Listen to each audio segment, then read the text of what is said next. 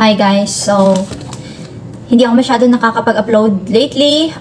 Alam ko marami nag-inquire sa inyo tungkol sa perfume sa Facebook and tungkol sa Yuta wedding, but sorry, medyo lutang ang lolo nyo. So my eldest dog died last Thursday and sobrang heartbroken ako hanggang ngayon. In fact, gumawa pa nga ako ng video about it, pero hindi ko in-upload kasi nung kumalma ako, na-realize ko na masyado akong emotional dun sa video and sobrang haba. Ang dami kong sinasabi. Natutunan naman pero na sobrang haba. So, iiklian ko na lang ngayon. Sa mga dati pa dito or mga nakakilala sa akin, kilala nyo si Shane or tinatawag namin sa family na Ate Kulit. So, namatay siya last Thursday. Sobrang in shock ako, to be honest. Kasi wala siyang symptoms na pinakita, walang warning. So, nung nangyari yon, sobrang nandun ako sa point na gulat ako. Hindi ako prepared emotionally and psychologically. Although ito yung mahirap sa aso or any kind of pet, pag napamahal ka, alam mo naman talaga na hindi sila magtatagal. Bilang lang naman talaga yung taon nila dito or araw. Pero kahit alam mo yun, masakit pa rin. Kasi si ate, sa mga aso namin, siya yung pinakauna-una kong personal na dog. And siya yung pinakamatagal. Nauna pang namatay sa kanya yung si Castiel. So, 13 years, 13 taon kaming magkasama. And literal na siya yung may closest tightest band sa akin. Kasi nga siya yung pinakamatagal, mahaba yung buhay for me. And then, literal na kambal tuko kaming dalawa. Simula nung naging akin siya. And sobrang lapit niya sa akin.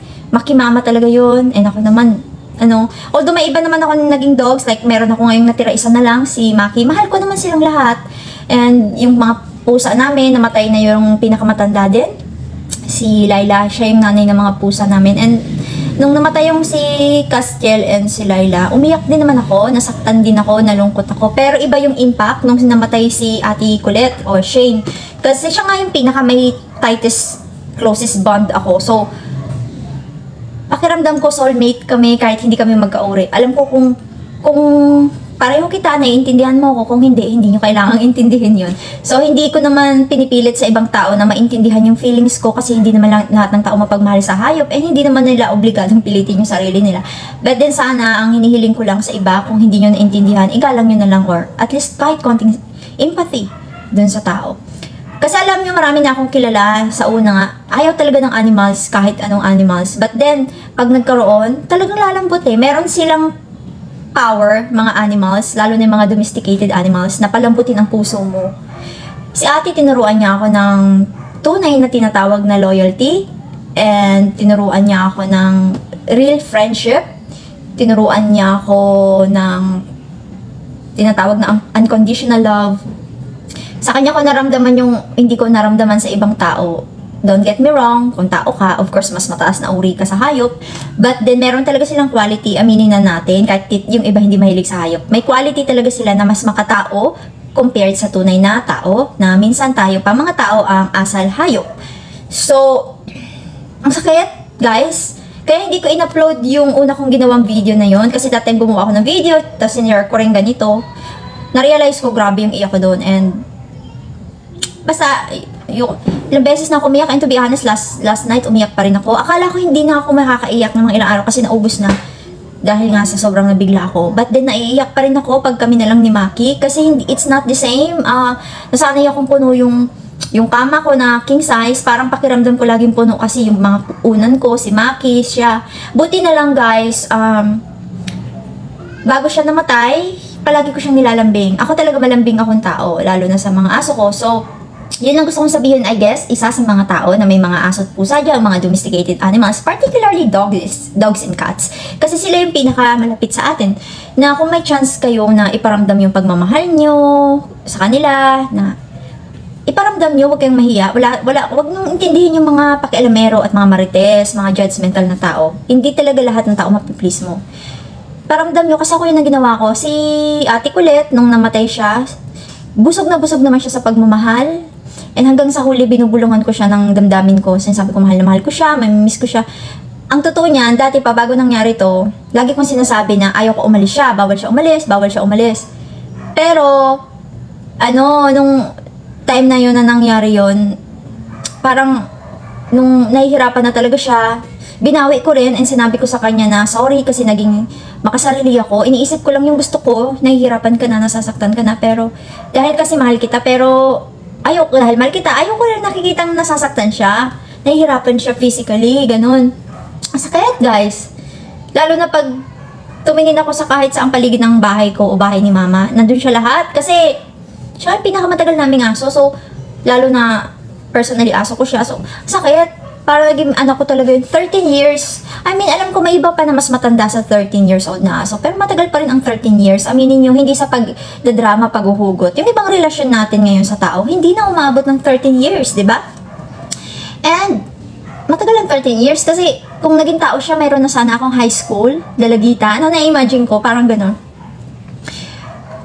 Para ma-comfort na lang ako, I'd like to believe na nasa heaven siya and kasi gawa din man siya ni Lord, pinagdasal ko siya, sabi ko, hindi ko alam kung ano yung rules talaga sa heaven. Kasi wala pa talaga nakakaalam, malalaman mo lang naman yung pag namatay ka eh.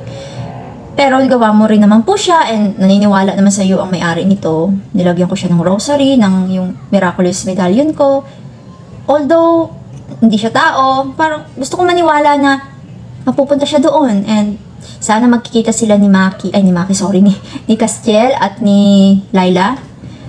Yung pusa at aso namin namatay, and pag-meet sila sa Rainbow Bridge, and then magpi-play sila hanggat gusto nila and hindi sila mapapagod katatakbo. Maganda yun. So, dati lagi ko siyang nilalambing na, dati pa naman ito, lagi ko siyang sinasabihan na, ate, pag nawala ka, sobrang magbabago yung buhay ko. Maglulungkot ako. Lagi ko siyang kinakausap na parang tao. Literal yun. Totoo yun kapag kami lang dalawa. Siguro hindi naiintindihan ng ibang tao, pero okay lang.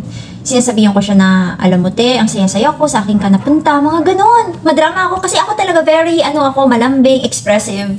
Kung yung tao, expressive din. Kung reciprocated yung ganon ako. And feeling ko nakikinig talaga siya. And then, ang nangyari na nga yun, sabi ko, Diyos ko, nangyari na nga. Kasi nagpa-vet pa kami, ako pala, tinawagan ko yung vet niya and sabi ko, ang usapan namin kukunan siya ng blood kasi iba blood test siya. Pero nung kararating lang ni Doc, sabi ko nga antayin niya si Doc, inantay niya nga lang si Doc pero namatay naman siya. So, hindi na natuloy yung diagnosis, so hindi na siya nakunan ng dugo. Namatay na siya. And syempre, ayun na, sakit, umiyak na ako. Hindi ko napigilan umiyak sa harap ng ibang tao, mag-breakdown sa ibang tao. Hindi ko yun usually ginagawa kasi minsan ma-pride tayo, alam mo yun. Pero that time na wala na talaga, wala nang ganun, wala nang arte-arte, wala na akong pakialam sa itsura ko. Kasi yung pain, masakit talaga. Masakit magpaalam. And hanggang ngayon naman masakit. Kaya lang, siguro dahil nakailang iyak ako, namatay siya Webes, linggo na ngayon. Umiyak ako pag madaling araw kasi yun yung time na lumilipat siya sa bed. And na-realize ko na wala na siya. Like nung Biyernes ng umaga, kasi Webes siya namatay, umiyak ako ng umiyak ng umaga kasi na-realize ko na yan yung first morning na wala na siya. And then na-realize ko din magpapasko, ito yung unang Paskong wala siya. Parang nasanay ako na nagkaroon para kaming magkakonect yung souls namin kahit di man siya tao. I swear may ganong dog na hindi siguro lahat pero may isang dog na parang soulmate mo. And sana hindi lang isang beses mangyari yon. I'm trying my best to be a good for mommy to Maki kasi deserve din naman ni Maki yon. And ngayon, nabibigay ko sa kanya lahat ng attention. Dati kasi nagsiselo sa kanya si ate, pero eventually natanggap niya si Maki.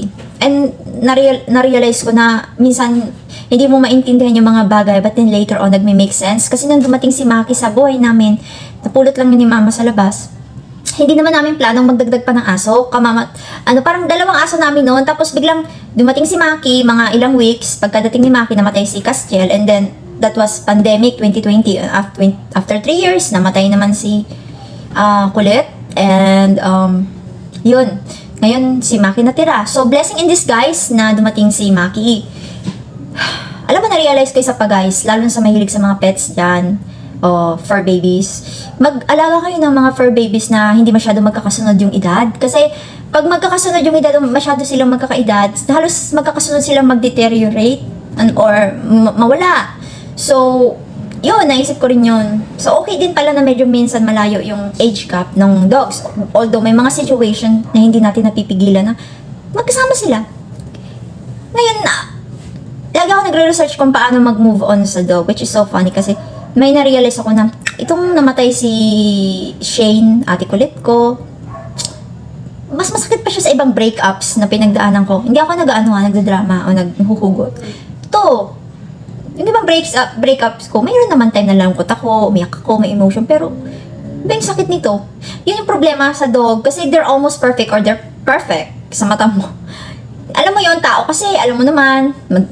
So, ang hirap. Siya yung number 1 fan ko, siya yung unang-unang baby, tapos bago dumating ibang dogs. Although, alam ko na mahal din ako ni Maki. Siyempre, yun yung pinakauna yung hirap. Parang first love never dies, parang ganoon dun. So, sa sobrang sakit, sabi ko nung una, ikaw ka nang mag-aso. Pagong na lang, parang matagal. Pero, nasabi ko lang naman yung kasi syempre, dahil sa pain. But then, na-realize ko kahapon, inisip-isip ko na kung nasaan man siya ngayon, si Shane, alam ko na si ate kulit ko, gusto niya ipagpatuloy ko yung ginagawa ko, na magmahal na mga kagaya niya, na kilala niya ako eh. So, kung nasaan man siya, alam niya na gugustuhin ni ate na ipagpatuloy ko yung pagiging dog lover ko. Gusto niya yon. Basta nararamdaman ko, gusto niya yon. Sobrang na-down talaga ako. Si Maki, naawa ko sa kanya kasi nag-iba yung energy niya, laging matamlay, nakaganto. Tapos, hindi na siya lively, joyful, playful. Kahit pinipilit ko laro kami, sabi ko laro tayo, hindi siya nakikipaglaro sa akin. Kasi, obviously, si ate hanap niya, hindi ako, kasi hindi to ko. Namimiss niya si ate niya. 3 taon din sila nagsama, yun yung kinalakihan niya. 3 years old pa lang kasi si Maki. So now, eto ako. So kung nakikinig ka, nandiyan ka sa Dasmariñas, Cavite, malapit sa akin kasi taga Dasmariñas ako, I'm planning to have, bagong baby. So, pwede mo ako message kung gusto mo. So, i-PM mo na lang ako or i-message mo ako kung meron akong Facebook page, which is Ana La Cochera. Pwede mo rin akong kontakin doon. Pwede din naman kahit saan. Kung maraming details ako dyan sa mga old videos din. So, kasi plano ko magkaroon ng bagong baby na sa tingin ko naman this time di na magsiselo si Shane. Naiintindihan niya na yun. Gusto niya yun. Sa tingin ko gusto niya maging masaya uli ang mama niya. And si Maki. Mahal naman ako ni Shane. Alam ko yun eh. Mahal ko yung asong yun kasi napakabait. Alam niyo ba guys, talagang mayroong magic yung aso na kaya kang gamutin yung bagay na hindi magamot ng tao. For example, depression. 2010, napunta sa akin si Shane. Binenta ng kapitbahay, pinapili ako ni mama. Sabi niya, isa lang ha. Yung isa niyan, itim. Tapos kapatid niya. Pinili ko siya kasi yung itsura niya, nagustuhan ko. Batik-batik, and then may bilog siya dito. And ang cute-cute. Alam mo naman, mahilig ako sa animal. So, pinili ko yung kasi cute. Ito cute. Cute din naman yung black. Kaya lang gusto ko lang talaga yung color niya. And then, eventually, nung tumanda siya, napansin ko medyo nagkaroon siyang discoloration din. Pero, ang cute-cute niya, sa'yo ng mga memories namin. Doon pa kami nakatira dati sa bahay ni mama. Mamimiss ko yun and tinitreasure ko yun sa puso ko, sa isip ko.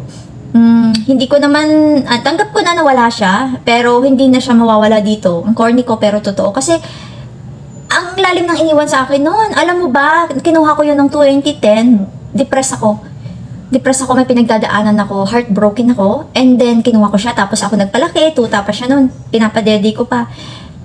Medyo mga 1 taon pa yata, malungkot pa rin ako. And then, nakikita niya ako minsan, umiiyak ako, nagbe-breakdown ako sa kusina. Kasi nga, may pinagdadaanan ako noon. Talagang lalapit siya, tapos iiyak na din siya, tapos ikikis niya ako, pinupunasan niya yung luha ko. Naalala ko yun sa kanya. Hanggang sa tumagal, nakalimutan ko na yung iniiyakan ko. Nabalik sa kanya lahat ng attention ko. And nagamot talaga, and nawala yung lungkot ko dahil sa kanya. Si ate malambing, joyful, very attentive, may pagka-hunter din si ate. Kaya talagang babae siya pero naaasahan mo siya sa bahay kung may tao, sasabihin niya sa'yo. Kung nasaan man si ate, sana lagi siyang naglalaro, nagpi-play. Gustong-gusto niya yun eh. Mga harutan. Tapos ang sarap-sarap kausap nun kahit hindi nakakapagsalita kagaya ko. Kasi yung expression ng face niya, mamimiss ko yun. And si ate, life of the party, lalo nung bata-bata pa siya. Pag may party sa bahay, siya ang laging center of attention. Gusto niya isasama mo siya sa mga gathering, sa party niyo, sa picture taking. Magtatampo yun pag di mo sinama sa picture taking. Mamimiss ko lahat ng yun eh. And kaya kayo guys, yung mga laga nyo, mahalin nyo ng sobra kasi marami tayong kung ano-ano sa utak, sa buhay, mga ganap na kung ano-ano sila. Tayo lang ang ganap nila. Tayo lang ang buhay nila. Marami tayong chapter. Sila, tayo na yon, buong libro na tayo sa kanila. Tayo lang ang mundo nila. So, kung didisiplinahin natin sila, hinay-hinay din. Yun bang wag mo silang pagsasalitaan na parang sa tao kasi hindi nila naiintindihan. Hindi sila kagaya natin na magtatanim ng 10, 20 years, 50 years ng sama ng loob. Mabilis silang mag-move on.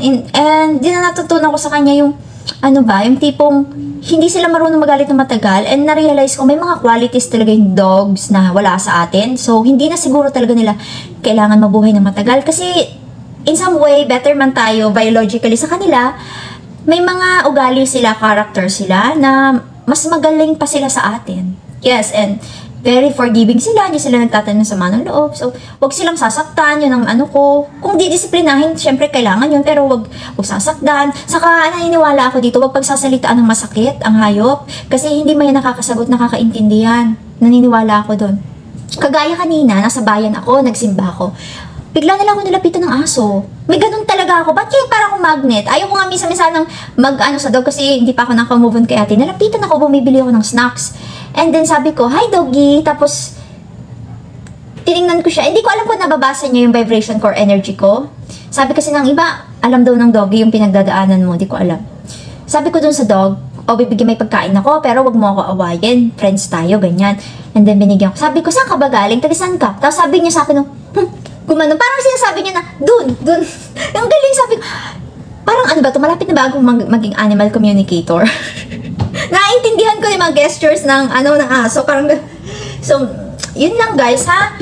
I mean, kung kayo naman hindi mahilig dyan, hindi ko naman po kayo pinipilit. Yun naman hindi obligasyon kasi maganda rin naman yung wag mong pilitin yung sarili mo. In fact, lifetime responsibility kasi yung dogs and cats and other pets. So, hindi pwedeng gusto mo lang kasi cute. Hanggat buhay sila, dapat nandiyan ka. Naiinis ako sa mga taong bigla silang ina-abandon for the reason na kaya naman gawang paraan. Alam mo yung mga for me, hindi pa siya sapat na dahilan para iwan. Naiinis ako sa ganong reason. Naiiwan mo na lang dahil doon. So, basta ako hindi ko siya iniwan ng mga aso ko. Si ate lalo na hindi ko siya iniwan hanggang sa huli. Ginawa ko lahat eh. Kasi puyat na ako ng umaga yun, nung tanghali siya namatay, ay hapon pala pahapon. Basta umaga nun, bumuwangon pa ako, pumunta pa akong palengke para bumili na makakain niya kasi kailangan niya protein. Kasi hindi nga siya makakain na ng solid food. Magaan yung ulo ko kasi puyat ako, kakaisip sa kanya. Alam mo ba, kung bakit sobrang sakit isa pa, yung last night niya, umasa talaga ako na may pag-asa siya. Kasi si ate, kinakausap ko na, ate, wag mo ako iwan. Sabi ko, wag mo akong iwan kasi hindi pa ako ready. Sabi ko sa kanya dati pa noon, hanggat wala akong anak na tao, wag mo akong iiwan. Saka ka na lang umalis. Sabihin mo, extend pa yung buhay mo. Sabihin mo kay Lord. Kinakausap ko din si Lord. Dasal ako ng dasal. And then, unfortunately, hindi lahat minsan ang gusto natin na susunod. Nung sinabi ko yung kay ate nung last na gabi na yon, kasi nakaganto na siya bumabagsak na yung ulo niya. Bigla siyang lumakas, gumanon siya. Tapos nag-smile siya alam mo yung smile ng aso? And then yung buntot niya gumanon. So ako naman, nabuhayan ng pag-asa. Sabi ko, ay magaling na ang baby ko. Magaling na ang baby ko. Niyakap ko, kiniskis ko. Tapos dinidilaan yung mukha ko. Ganun mag-kiss ang aso. Yung palalas na yun, siguro parang ang dating sa akin, nagpakitang gila siya last time. Yung pala parang nagpapaalam na siya. Gusto niya, parang di ko kasi naintindihan yung usually language niya. Pero pala parang sinasabi niya na okay lang ako. Naisip ko yun nung kinaumagahan na nawala na siya yung hapon na yun. Parang, alam mo yung mga aso, hanggat kaya nila, pipigilan nila eh. Sinabi din yung sa akin yung doc. But at the same time, ang pag-interpret ko doon nung nawala siya, pinapakita, is parang ina-assure niya ako na whatever happens, okay lang ako, huwag ka nang malungkot, ganyan-ganyan. Pero, pwede ba naman hindi ako malungkot? Guys, 13 years, magkasama kami everyday, Diyos ko. Magkatabi. Bago yung iba, siya muna nauna. Hindi pwede yun. Mapamahal talaga, lalo na wala akong anak. So, para sa akin siya yung anak ko. Wala akong pakialam kung hindi kayo nag-agree. Wala akong paki. But for me, Ate Shane was my daughter and she's still my daughter. Hindi siya tao, pero para sa akin, anak ko siya. Hindi na kailangang mag-explain na wala. Hindi rin ako makikinig. Kasi, yung lahat ng ginawa mo parang katulad din doon, nagkasakit siya. Talagang pinilit ko pa. Tumawag ng doktor, kahit alam ko magiging pricey yun, kung man siya. Kasi niisip ko noon, ang pera nahahanap, pero kung kaya ko i-save yung mahal ko, ganun, parang, kasi, although, inisip ko rin yun, may save ko siya, hindi rin tatagal buhay nito, pero, hanggat kaya may extend, parang ganun. Unfortunately, hindi ako pinayagan ni Lord, and, meron lang akong kwento. Nung umiyak ako nung umiiyak, kinuha na yung niya, bangkay niya, pinalibing namin sa kapitbahay. Nung nangyari yon, nakarinig ako ng tinig ng lalaki siya. Umiyak ako. Kasi nga nagdasal para sa kanya eh. Kung nakikiusap ako kay Lord na extend lang ng konti, kahit ilang taon. Kasi sabi ko, di ba, ang iba naman pong aspin, extend nyo lang. Tapos sabi niya, nakarinig akong tinig, nagtatapis ako ng tuwalya kasi maliligo na ako noon eh. Sabi nung tinig, Annalyn, baby kasi palayo ko sa pamilya. Kung pamilya kita, yung malapit sa akin, baby talaga. Wala naman walang Annalyn, sa school lang yun. So, baby, Annalyn, ang tatlo tawag niya, Annalyn, baby. Sabi niya, galit ka ba? Masama ba ang loob mo? Sabi ko, may naririnig kong tinig na gano'n, hindi ko pinansin. Tapos, nagtali ako dito na po kasi nga maliligo ako, ginanon ko. Narinig ko na naman dito ako sa salamin at nakarap. Annalyn, baby, masama ba ang loob mo? Naghihinanakit, parang ganun, naghihinanakit ka ba? Galit ka ba? Hindi ko pinapansin tinig. Pero naisip ko, nabubuwang na yata ako. So, bumalik ako doon. May naiwan pa ako isang tuwalya, yung tuwalya sa buo. Kasi maliligo ako, so nakataas akong tuwalya. Narinig ko na naman sa pangatlo. Sabi niya, Annalyn, baby, anak, may anak na. Masama ba ang loob mo? Nagtatampo ka ba? Ganon, parang, o galit ka ba? Ganon. Parang yung tatlong yan lang insan. Doon ko na-realize yung boses, yung tinig na naririnig ko. Tapos bigla ako nag-breakdown dyan sa CR ko. Sabi ko, hindi po ako galit, Lord. Hindi po ako galit, hindi po masama ang loob ko. Pero masakit po yung loob ko. Kasi, syempre, sabi ko, kahit anong goodbyes, masakit. Sabi ko nga, kahit naman siguro humaba yung buhay niya, pag nagpag-alam pa rin siya that time, masakit pa rin. Hindi naman magbabago yun eh. Sabi ko, hindi po ako galit. Kaya pagkatapos noon, naligo ako, nagbihis ako, naisip ko pumunta ng bayan, nagsimba ako. Wala naman talagang misa, pero inisip ko lang daan akong simbahan. And fortunately, bukas kasi sa Dasma Bayan, nire-renovate yung altar, yung simbahan. Marami inayos doon. So, bukas naman siya, although medyo maraming nagtatrabaho. Pero bukas, meron din maraming taong nagtatrabaho, pero may ilan-ilan na nagdadasal. And then, doon din ako sa upuan. And then, sinabi ko na, Lord, kasi gusto ko klaruhin kay Lord na hindi ako galit. Ayoko isipin niya na masama loob ko porque hindi niya ako pinagbigyan, porque hindi nasunod yung kahilingan ko. Yun yung ayoko. Sabi ko, hindi pa ako galit, hindi po masama loob ko. Gusto ko lang pong linawin yun. And pinapupurihan pa rin kita sa oras ng kaligayahan, kalungkutan, kayamanan, kahirapan, kalusugan. Kasi sakit. Sabi ko, hindi po ako masakit, pero makikiusap lang ako, maaari niyo po ba akong bigyan ng konting, kahit katiting lang, konti lang po, Lord, na consolation prize na ipalit niyong ligaya dito sa nararamdaman ko ngayon. Kahit ano po, hindi naman kailangan, hindi ko sinasabing pera, material na bagay, kahit ano na magpapaligaya sa akin. Kasi ang sakit po, kahit saan ako ngayon tumingin, nakikita ko pa rin siya, naamoy ko siya, kabisado ko lahat sa kanya. And syempre, mamimiss ko po siya. Pero naniniwala po ako na nasa iyo siya. And sinabi ko din na, nagpapasalamat po ako sa'yo kasi kung tutusin, dapat talaga mag-thank you ako kasi tinapos mo yung suffering nung aso, nung baby ko. Sabi ko, nahirapan na siya and nagsorry din ako. Sabi ko, kasi naging selfish ako. Yung hinihiling ko kay ate at sa'yo, yung para sa sarili ko lang. Gusto ko lang masunod yung gusto ko. Parang, kasi ayokong maiwan. So, meron na nga akong abandonment issue. Tapos, kaya mahirap sa akin mag-goodbye. So, sabi ko, yun lang iniisip ko yung sarili ko. Hindi ko iniisip na saktan siya sa una. Kasi, inamin ko rin, pinaasa ako ni ate nung last night niya dahil nga sa umupo siya, pinilit niya at ngumiti siya sa akin, magdamag siyang nakatitig, tapos gumaganon siya. Akala ko, okay na, parang umasa ako doon. And yun pala, hindi ko naintindihan ko nung wala siya na, kinakausap niya siguro ko, or sinasabi niya na, it's okay, mama, huwag ka nang malungkot. Parang, everything will be okay. So yun guys, yun ang kwento ko. Si Maki, malungkot pa rin. Kasi si ate dati, nabablog ko talaga siya, sinasama ko siya dito sa channel. Mga 2018 pa. So, kilala naman siya ng iba, yung malapit sa akin. Alam naman nilang malapit sa akin si Colette. Si ate, ang dami niyang pangalan ng Shane, Ate Colette. Ang kwento kasi niyan, Shane talaga pangalan niya. Tapos si mama, tawag sa kanya Colette kasi nakukulitan nung bata pa siya. Tapos naging ate siya kasi nung nagkaroon na siyang kapatid, si Castiel, tapos si Maki. So, tinawag na siyang ate. Kaya yan, 3 na yung pangalan niya. I will miss that dog.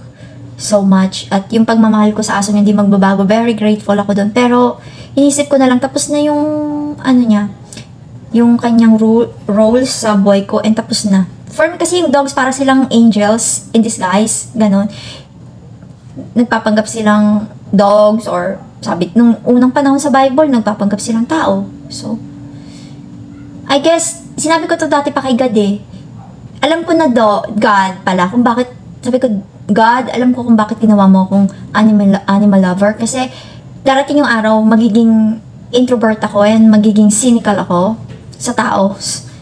So, and sa animals ko na mas na-express yung soft spot ko. Kasi nakakita ko sa kanila ng true, pure love. Kahit hindi sila kagaya natin. Yun yung pinapoint ko na hindi maintindihan ng iba. Oh yes, hindi talaga sila kasing intelligent natin. Pero meron silang katangian na wala tayo. Mas pure sila magmahal.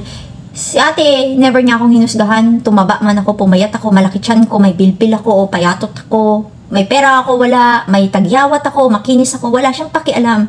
Tayo, alam mo naman tayo, ay tumaba ka, ay pumayat ka, may tagyawat ka, ay ganyan. Alam mo yun, tayo yun. Kaya, yun yung nagustuhan ko sa kanila. And totoo naman na masakit ang hiwalayan ng aso at ng owner, ng dog owner, or his master. But it's okay kasi I'd like to believe one day magkikita uli kami. Basta malakas yung pakiramdam ko, magkikita uli kami ni ate. Pakiramdam ko talaga. Sabi ko ate, mag-send ka sana sa akin ng susunod sa'yo. Bigyan mo akong sign. So yun lang guys, and I'm happy hindi na ako naiiyak dito kasi yung una kong video yung ginawa. Kaya hindi ko siya in-upload kasi ang pangit ko na kasi iyak ako ng iyak kahit medyo grabe yung emotion ko doon. So, meron pa rin ako nararamdaman. Kaya lang medyo, kumbaga dahil siguro galing akong simbahan and dahil na rin kay Jesus, baka nag-work talaga siya. So, yan. So, kung meron kayo dyang puppy na libre, free ha. Free sana guys. Kasi alam mo, marami naman for adoption. So, gusto kong bumili pero hindi na muna ngayon. Pero kailangan ko ng kalaro si Maki. Wala akong problema sa adoption ng mga adult dogs. Kaya lang I prefer puppy kasi si Maki puppy. So, kailangan niya ng kalaro. Kasi yun din nung dumating siya dito, hindi na siya masyadong nalalaro ni ate kasi senior dog na si ate. Nung dumating siya, 10 years old na si ate. So, sana puppy para medyo magka-energy sila, para mag-play-play sila. Kung may bibigay kayo, kung wala naman, okay, thank you lang sa pakikinig sa akin. Hindi naman po, okay lang. Don't worry about me, I'll be okay. And hindi man mababalik sa dati ang lahat. I'm looking forward to seeing or being with more puppies in the future. Ilan pa kaya magiging puppies ko kung mabubuhay pa po ako ng matagal. Kasi nung nasa akin si ate, 20 plus lang ako noon. Ngayon 37 na ako. Di ba bata-bata ang lola mo noon? So, kung mabuhay ng matagal ang dog, susunod, baka kung mawawala, mga 50 plus ako. Nagtatagal naman po yung mga pets namin dito. Pinaka-short na yung lifespan na 7. Yung si Castiel, short na yun. Pero dati, meron akong lovebirds. Yun yung pinaka-short. Mahirap pala mag-alaga ng ibon, lalo na lovebirds. Kasi kapag hindi namamatay yung isa, nagpapakamatay kasi yung isa. Hindi ako pwede na mag-bird ngayon kasi may 3 kaming pang-pusa. So, baka kasi, baka anuhin ang pusa. So, pero, na-realize ko, sinabi ko yung nga na ayaw ko na mag-aso pero hindi. Sabi ko, gusto to ni ate. Alam ko na, gusto ni ate na si mama mag-alaga ulit. Sana, ate, kung nasaan ka man, ituro mo kay mama yung tama na bagong magiging kapatid ni Maki. Okay? And kapatid mo sa heaven. And thank you so much guys for watching. Nabubulol ako kasi nauuhaw na po ako kakaganto. So magpapaalam na ako. Thank you so much and God bless you all po. Bye bye.